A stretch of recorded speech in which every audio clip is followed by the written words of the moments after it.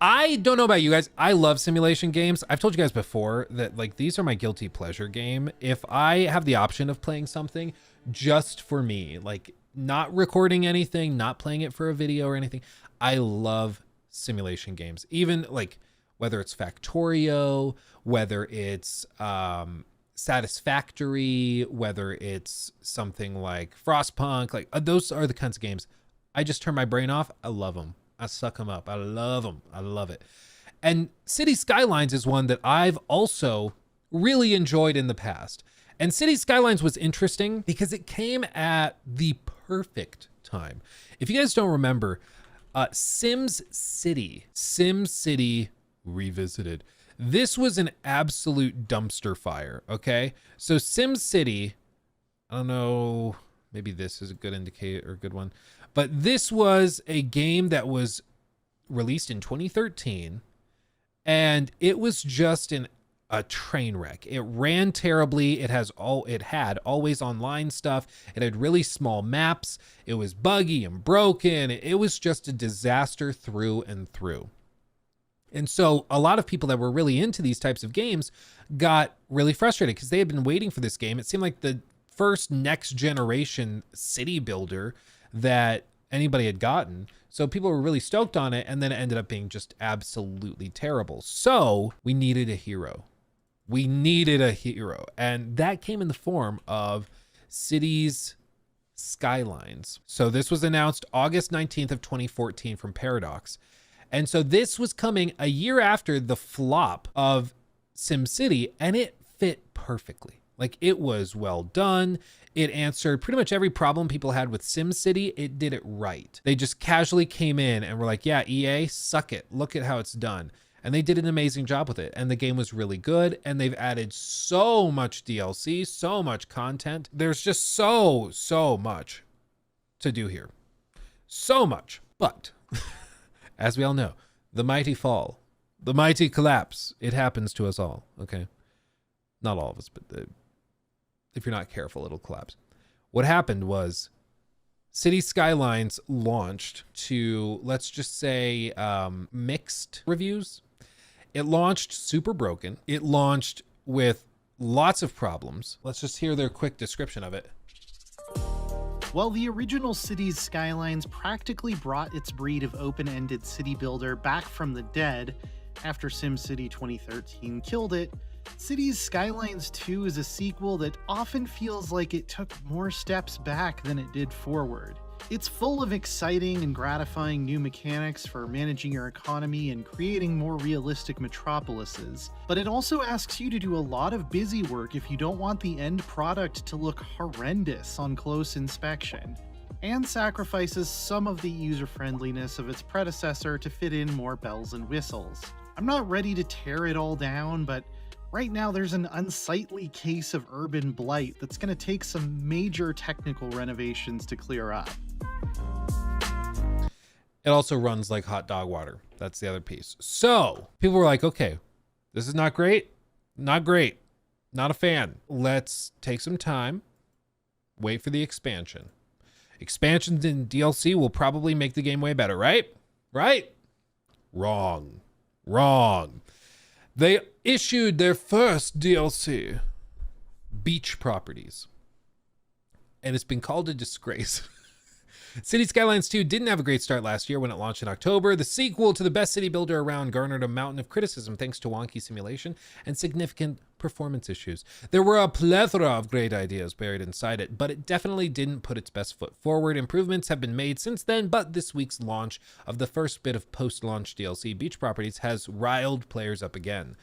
It's a weird DLC to lead with. It's an asset pack, so it doesn't introduce any new features, instead throwing a waterfront zone, a bunch of new growable buildings, 6 signature buildings, and 4 trees into the mix. Despite the name, it doesn't actually include beaches, and the assets have been criticized for being just a bunch of regular houses. Introducing waterfront zones, a feature that shows up in the game just next to your regular low residential zones.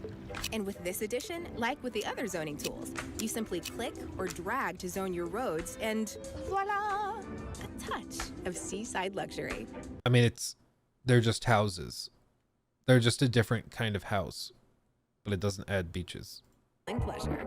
It's 10 North American low residential buildings and 10 European.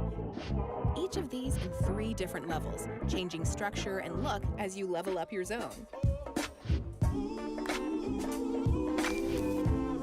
Each building also has 24 variations each, made by randomizing the props and color schemes in the pack to make sure that even same structures look different and diverse. Not great. Granted, at $10, this was not going to be a beefy expansion, and it's probably better for Colossal Order to work on getting the game in a better state than shifting to developing brand new features. Even with that in mind, though, players haven't been too impressed with the value on offer here. Quote, "There is nothing in this DLC that justifies it costing a fifth of the price of the base game." One review reads, "This is a disgrace. The assets look nice, but for €10, there is way too little in this DLC."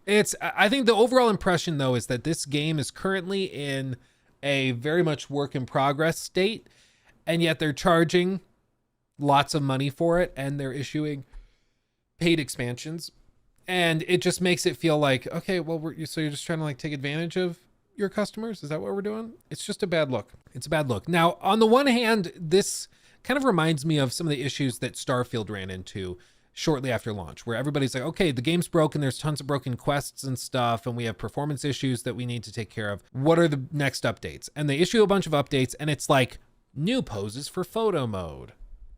Photo mode can now be done in these different areas that you couldn't be done in before. And it's just like little bitty updates to things that most people don't care about.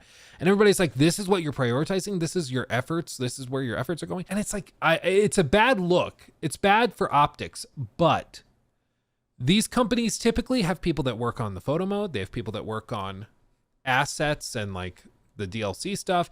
Then they have the engineers that work on performance. And then they have these people that work on the simulation stuff. So they have different teams working on different things. And the photo mode guys might be able to just pump out 5-6 new features that they're like, yeah, let's just issue these as a quick hot fix or quick update and give people some new toys to play with while they wait for the other fixes and updates. I think it's well-intentioned, but it looks bad because it looks like Bethesda Game Studios, like on the whole, is prioritizing the wrong things, right? That's what it looks like. So it's possible that that's sort of what's going on here, is that they're working on fixes, but it's not that simple, and they're trying to give people some new stuff that they were going to release anyways at the same time. But either way, it looks bad when your game has all these problems and then you are charging a lot for it, you know? I mean, when the game works, yeah, this is crazy. Like when the game works, it's fun. Like, look at this. This guy built a massive city, said it's running on a mid-range laptop. Okay. That's kind of why the graphics might look the way they do for you. Okay. But very, very crazy complex city. Tons of stuff going on here. All sorts of skyscrapers. There's apparently a population of just about 700,000 people within the city.